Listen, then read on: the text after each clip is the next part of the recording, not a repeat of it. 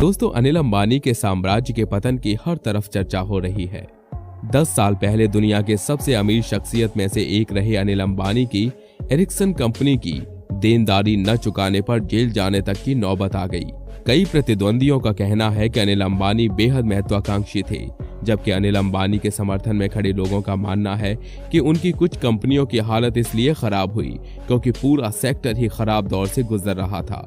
पर वहीं दूसरी तरफ देखा जाए तो जहां उनके भाई मुकेश अंबानी आज अपने बिजनेस को लेकर इतनी तरक्की कर चुके हैं कि उनका नाम करोड़पति फोर्ब्स लिस्ट में शामिल है, लेकिन अनिल अंबानी इस लिस्ट में दूर तक नहीं है और उन्होंने अपने करियर और कंपनी को इस तरह डुबोया है कि एक तरफ मुकेश अंबानी की चारों तरफ चर्चा हो रही है तो वहीं अनिल अंबानी सिर्फ अपनी कंपनी डूब जाने का शोक मना रहे हैं। तो चलिए जानते हैं हमारी इस वीडियो में कि आखिर क्यों अनिल अंबानी अपने भाई मुकेश अंबानी की तरह कंपनियों को संभाल नहीं पाए। उन्होंने अपने अरबपति होने के रास्ते को रोडपति तक ला दिया। दरअसल अनिल अंबानी की टेलीकॉम कंपनी रिलायंस कम्युनिकेशन कर्ज उतारने के लिए खुद ही दिवालियापन के रास्ते पर चलने को तैयार है। ऊर्जा क्षेत्र की कई परियोजनाएं अधूरी पड़ी हैं और कर्ज का बोझ कम करने के लिए कंपनी कई कीमती पूंजी बेचने को तैयार है। आरकॉम पर ही एरिक्सन से 550 करोड़ रुपए की देनदारी हो गई थी, जिसकी वजह से अनिल अंबानी पर जेल जाने का खतरा मंडराने लगा था। हालांकि बड़े भाई मुकेश अंबानी ने अनिल की समय रहते मदद कर दी, जिससे अनिल ने अपनी देनदारी चुका दी। अनिल अंबानी की रक्षा कंपनी रिलायंस नेवल एंड इंजीनियरिंग भी कर्ज तले डूबी हुई है। इसके अलावा उनके इंफ्रास्ट्रक्चर वेंचर की भी हालत खराब है। केवल अनिल की वित्तीय कंपनी रिलायंस कैपिटल अच्छा प्रदर्शन कर रही है, हालांकि इस कंपनी ने भी कई मौके गंवाए हैं। वहीं बजाज फाइनेंस, श्रीराम कैपिटल और कैपिटल फर्स्ट पिछले कुछ सालों में तरक्की कर रही हैं। 2008 के एक सर्वे में अनिल अंबानी 42 अरब डॉलर की संपत्ति के साथ दुनिया के छठे सबसे अमीर शख्स थे। वर्तमान में उनकी 7 सूचीबद्ध कंपनियों का मूल्य करीब 13,742 करोड़ रुपए है। अनिल अंबानी फोर्ब्स की सूची में भारत में 50वें नंबर से नीचे और दुनिया में शीर्ष 100 से नीचे पहुंच चुके हैं। अनिल के ग्रुप का कुल कर्ज मार्च 2018 में 1.72 करोड़ रुपए पहुंच गया था, जबकि टेलीकॉम सेक्टर में भी पिछले साल भारी भरकम नुकसान हुआ। अनिल अंबानी की कंपनी ने राजनेताओं, मीडिया और लेखकों के खिलाफ कुल 28 मानहानि के मुकदमे ठोके हैं। रिपोर्ट के मुताबिक इनमें से करीब 16 मुकदमों में 80,500 करोड़ रुपए की क्षतिपूर्ति का दावा किया गया है। अनिल अंबानी ने पिछले साल इडेलविस के खिलाफ भी केस किया था। अतीत में अनिल अंबानी पिता के साम्राज्य के बंटवारे को लेकर अपने बड़े भाई मुकेश अंबानी को भी कोर्ट में घसीट चुके हैं। 2008 में मुकेश अंबानी ने द न्यूयॉर्क टाइम्स को दिए गए इंटरव्यू में अनिल के खिलाफ एक टिप्पणी कर दी थी, जिसके लिए छोटे भाई ने मुकेश पर 10,000 करोड़ रुपए का मानहानि का मुकदमा कर दिया था। हालांकि 2 साल बाद उन्होंने केस वापस ले लिया। पिछले साल रिलायंस इंफ्रा ने पी पावर डिफेंस फाउंडर के प्रमोटर्स निखिल गांधी और भावेश गांधी और उनकी कंपनियों के खिलाफ वारंटी का उल्लंघन करने के लिए 5,440 करोड़ रुपए का नोटिस भेजा था। राफेल डील में भ्रष्टाचार के आरोपों पर अनिल अंबानी ने विपक्षी दलों, मीडिया संगठनों और पत्रकारों के खिलाफ केस दर्ज कराए। अनिल अंबानी की कंपनियों को भले ही मीडिया को जवाब देना पसंद नहीं हो, लेकिन हर तरफ सवाल उठ रहा है कि तेज तर्रार कारोबारी और चुटकियों में अच्छे सौदे करने वाले अनिल अंबानी का साम्राज्य पिछले 1 दशक में कैसे दरक गया। इस पूरी कहानी की शुरुआत होती है धीरू भाई अंबानी की मौत के बाद रिलायंस साम्राज्य के बंटवारे की लड़ाई से। इससे पहले अनिल अंबानी को कर्ज के लिए निवेशकों से बात करते देखा जाता था। प्रेस के साथ वही संवाद करते थे। टेक्सटाइल बिजनेस की रिपोर्ट भी उन्हीं को की जाती थी। दूसरी तरफ मुकेश अंबानी की छवि शांत व्यक्तित्व के तौर पर थी।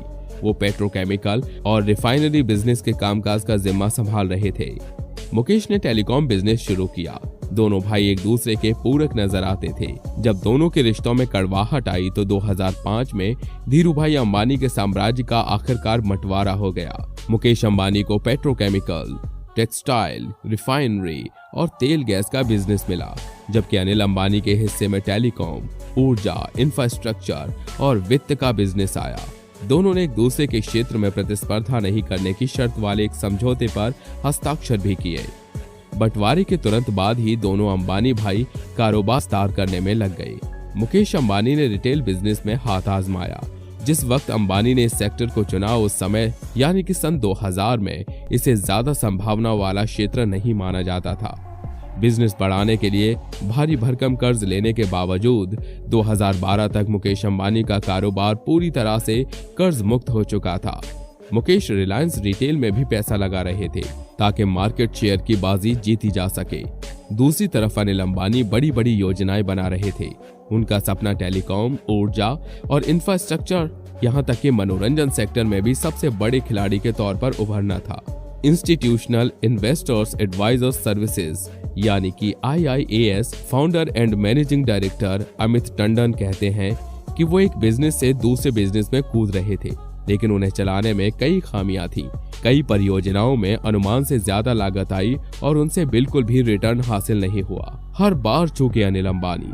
दरअसल 2008 में रिलायंस पावर ने एक IPO से रिकॉर्ड 11,563 करोड़ रुपए जुटाए, जिसमें 13 गैस, कोयला और 28,200 मेगावाट हाइड्रो पावर प्रोजेक्ट शामिल थे। इनमें से सबसे बड़ी परियोजना 7,480 मेगावाट की दादरी गैस पावर परियोजना थी, जिसके लिए मुकेश अंबानी के KG-D6 गैस फील्ड से कम दरों पर गैस हासिल होनी थी। हालांकि इस परियोजना के लिए गैस नहीं मिल सकी। मुकेश अंबानी ने कहा कि पारिवारिक समझौते में तय हुई कीमत यानी कि $2.34 प्रति million British thermal unit MBTU पर वो अनिल को गैस नहीं बेच सकते हैं, क्योंकि सरकारी दर $4.2 प्रति MBTU है। ये लड़ाई सुप्रीम कोर्ट तक पहुंची और कोर्ट ने अपने फैसले में कहा कि एक पारिवारिक समझौते को गैस प्राइसिंग और सरकारी नीति पर प्राथमिकता नहीं दी जा सकती। इस तरह से दादरी परियोजना कभी जमीन पर आ ही नहीं पाई। ऐसे ही कोयले के मामले में भी अनिल अंबानी की गणित गलत साबित हुई। पिछले साल आर पावर ने Tilaiya ultra mega power project को शुरू करने के लिए बनाए गए स्पेशल पर्पस व्हीकल यानी SPV को बेच दिया, जिसे इसने झारखंड ऊर्जा विकास निगम से 112 करोड़ रुपए में बहुत ही कम टैरिफ यानी 1.77 प्रति यूनिट पर खरीदा था। इसके अलावा कंपनी ने आंध्र प्रदेश सरकार को भी पत्र लिखकर व्यवहारिकता का हवाला देते हुए कृष्णपट्टनम UMPP से भी बाहर हटने की बात कही। दोनों ही परियोजनाएं आयातित कोयले पर आधारित थी। 2012 में इंडोनेशिया में कानून बदलने के बाद वहां से कोयला मंगाना महंगा हो गया। एक अन्य पावर प्रोजेक्ट की नियति भी यही रही। यह प्रोजेक्ट था 3,960 मेगावाट का चित्रांची प्लांट। कंपनी ने ससान UMPP को आवंटित की गई कोयला खदानों से कोयला आपूर्ति की योजना बनाई थी, लेकिन टाटा पावर सरप्लस कोयले का इस्तेमाल करने की अंबानी की योजना के खिलाफ कोर्ट पहुंच गया। 2014 में सुप्रीम कोर्ट ने आदेश दिया कि UMPP से जुड़ी हुई खदानों का इस्तेमाल दूसरी परियोजनाओं में नहीं किया जा सकता। पिछले साल उत्तर प्रदेश पावर कॉर्पोरेशन यानी कि UPPCL ने चित्रंजी प्रोजेक्ट को रद्द कर दिया और आर पावर को 74 करोड़ की बैंक गारंटी जब्त कर ली। ये साफ साफ गलत गणित का नतीजा था, लेकिन समस्याएं और भी थी। कई परियोजनाओं की लागत कर्ज की रकम से ऊपर पहुंच गई और समय भी बीत गया। एक्सिम बैंक की रिपोर्ट के मुताबिक ससान परियोजना की लागत अनुमान से 1.45 अरब डॉलर ज्यादा पहुंच गई थी। इस परियोजना की फंडिंग एडिशनल इक्विटी और अन्य देनदार के कर्ज से हुई थी। कंपनी के अधिकतर प्रोजेक्ट शुरू ही नहीं हो पाए और आर पावर का कर्जा पिछले 10 सालों में 500 करोड़ से बढ़कर 31,700 करोड़ रुपए हो गया। कंपनी ने पिछले वित्तीय वर्ष में 2,925.97 करोड़ का केवल कर्ज ही चुकाया, जो 3,985.2 करोड़ रुपए के ईंधन के खर्च के बाद दूसरे नंबर पर था। पिछले वित्तीय वर्ष में कंपनी का मुनाफा 6.28% गिरकर 1,034.81 करोड़ रुपए पहुंच गया। रिकॉर्ड मेगा IPO के 11 वर्षों बाद कंपनी की वेबसाइट का कहना है कि इसने 6,000 मेगावाट के ऑपरेशनल पावर जनरेशन एसेट्स बंद कर दिए, जिसमें 3,960 मेगावाट का ससान UMPP भी शामिल है। 10 जनवरी 2008 को आरकॉम ने मोबाइल फोन ग्राहकों और पत्रकारों को अपनी सबसे बड़ी उपलब्धि पर मैसेज भेजा था। 6 मार्च 2006 को 307 रुपए की स्क्रिप्ट से शुरुआत करने वाली कंपनी की स्क्रिप्ट ने उस दिन 844 रुपए के रिकॉर्ड को छुआ था। उस वक्त बाजार पूंजी 1,65,917 करोड़ रुपए के साथ नई कीर्तिमान बना रही थी। फरवरी 2019 की बात करें तो आरकॉम के शेयर की कीमत अधिकतर दिन 5-6 रुपए रहती है। आरकॉम की सारी मुसीबतें खुद की पैदा की हुई नहीं है। कंपनी की शुरुआत करने वाले मुकेश अंबानी ने सभी यूजर्स द्वारा इस्तेमाल की जा रही GSM की जगह CDMA तकनीक चुनी और बाजार शेयर और सब्सक्राइबर्स बढ़ाने के लिए बहुत ही कम दरों की घोषणा की थी। हालांकि अनिल अंबानी की रिलायंस इंफोकॉम के पास आज के जियो की तरह रिलायंस इंडस्ट्री जैसी कैश से मजबूत कंपनी का सहारा नहीं था। रिलायंस इंफोकॉम अपने पैरों पर खड़ी कंपनी थी जो कर्ज के तले दबी हुई थी। Tech research firm convergence catalyst के फाउंडर जयत कोला कहते हैं, आरकॉम ने अमीरों की तकनीक लेकर इसे गरीबों को सौंप दिया। CDMA आधारित नेटवर्क GSM के मुकाबले महंगे थे। ये बर्बादी का सीधा रास्ता था। आरकॉम का ARPU 80 रुपए था, जो इंडस्ट्री के औसत 120 से हमेशा कम था। इस तरह से हर यूनिट पर कंपनी ने नुकसान उठाया और सब्सक्राइबर्स के बढ़ने के साथ साथ नुकसान भी बढ़ता चला गया। 2008 में जब आरकॉम को सरकार की ड्यूल टेक्नोलॉजी के तहत स्पेक्ट्रम हासिल हुआ, तब तक बहुत देर हो चुकी थी। कर्ज 25,000 करोड़ रुपए तक पहुंच गया था और यूनिनॉर, एयरसेल और अन्य ऑपरेटर्स को नए लाइसेंस मिलने से प्रतिस्पर्धा बढ़ गई थी। BSNL के पूर्व CMD BK सिंघल कहते हैं, आरकॉम ने हमेशा बिजनेस संवारने के बजाय नीतियां बदलने की कोशिश की। आलोचकों का कहना है कि कंपनी के खस्ता हालत की एक वजह यह भी थी कि अनिल अंबानी ने टेलीकॉम पर उतना ध्यान नहीं दिया जितना उन्हें देना चाहिए था। 2008 में टेलीकॉम मिनिस्टर A राजा ने नए लाइसेंस बांटे, जिसके बाद बाजार में प्रतिस्पर्धा और बढ़ गई। आरकॉम गर्त में जाती रही। जब लाइसेंस में अनियमितताओं के आरोप में टेलीकॉम मंत्री घेरे में आए तो कई लाइसेंसधारियों के सामने मुश्किलें आईं। एक समय पर अफवाहें थी कि मुकेश अंबानी ही इन कंपनियों की मदद कर सकते हैं। अब तक दोनों अंबानी भाइयों के बीच एक दूसरे के क्षेत्र में प्रतिस्पर्धा नहीं करने वाली शर्त खत्म हो चुकी थी, लेकिन आरकॉम के लिए ये घातक साबित हुआ। मुकेश अंबानी ने जियो लॉन्च किया। कई कमजोर टेलीकॉम ऑपरेटर दबाव में आ गए। वोडाफोन आइडिया की जोड़ी से एयरटेल की हालत भी पस्त हो गई। अनिल अंबानी ने एयरसेल के साथ डील करने की कोशिश की, लेकिन वक्त रहते नियामक संस्था से अनुमति नहीं मिल पाई।